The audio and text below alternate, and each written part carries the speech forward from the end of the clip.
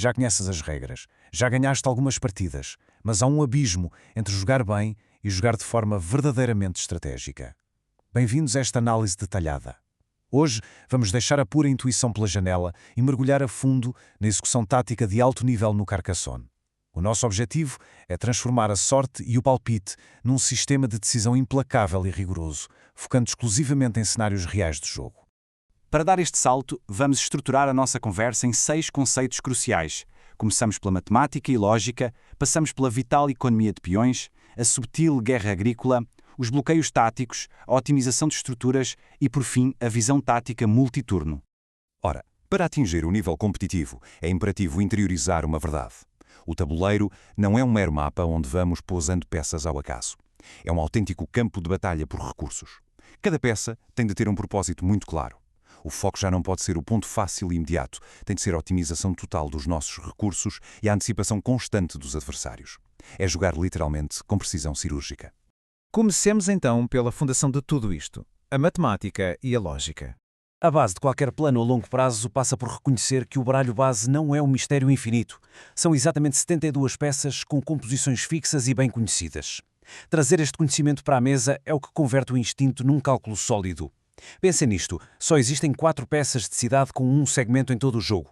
Se já saíram 2, a probabilidade matemática de nos sair mais uma cai drasticamente para metade. Ignorar estes números é, no fundo, jogar de olhos vendados.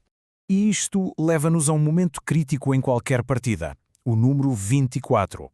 Quando a pilha de peças chega às últimas 24, o último terço do jogo, torna-se absolutamente obrigatório começar a fazer o rastreio mental dos segmentos críticos que continuam em aberto. Que peças é que faltam sair? E de que peças é que a oposição precisa desesperadamente? Avançamos agora para o segundo pilar estratégico, a economia de peões. Todos sabemos que os pontos não caem do céu, são os nossos peões que os garantem. Gerir estes recursos com mão de ferro obedece a 3 princípios. Primeiro, a reserva ativa. A meio do jogo, é vital manter sempre pelo menos 2 peões na mão.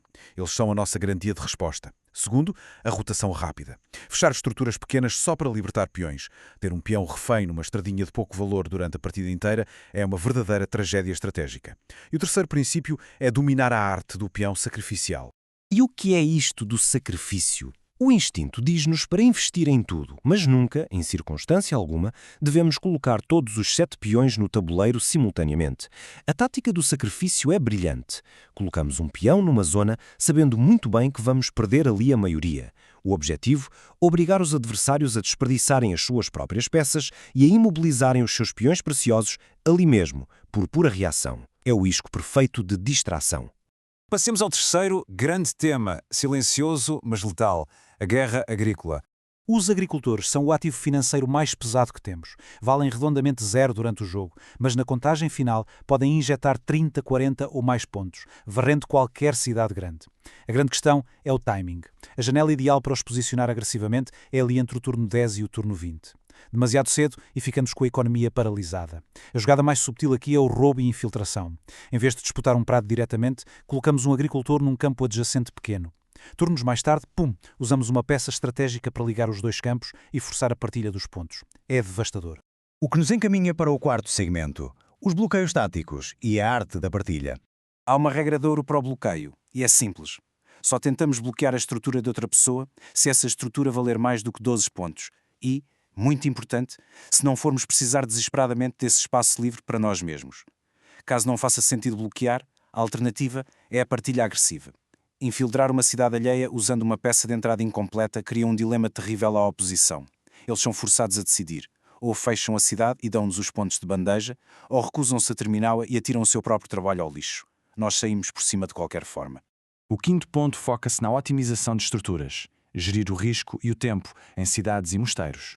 O fecho de uma cidade grande exige um nível de matemática muito preciso, especialmente devido aos escudos. Recordem-se de que numa cidade concluída, cada escudo duplica de valor, valendo 2 pontos em vez de 1. Se conseguirmos encaixar mais uma peça com escudo numa grande cidade, isso pode gerar uma oscilação brutal de 6 a 8 pontos, o suficiente para ganhar uma partida.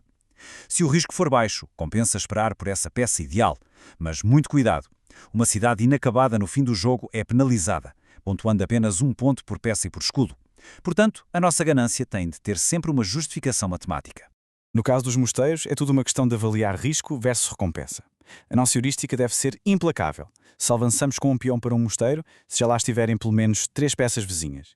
O mosteiro ali bem no centro da ação fecha-se quase naturalmente devido ao fluxo do jogo, garantindo 9 pontos fantásticos. Em contraste, um mosteiro plantado nos cantos do tabuleiro é uma verdadeira armadilha para peões, muitas vezes desenhada de propósito pela concorrência para nos bloquear.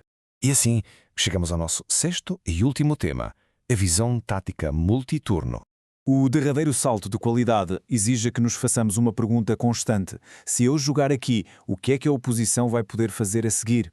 A chave da mestria muitas vezes está na jogada de negação, que é absolutamente contraintuitiva. Basicamente, consiste em aceitar, de forma muito voluntária, ganhar muito menos pontos no turno atual, colocando a nossa peça de forma a destruir permanentemente o grande plano do adversário.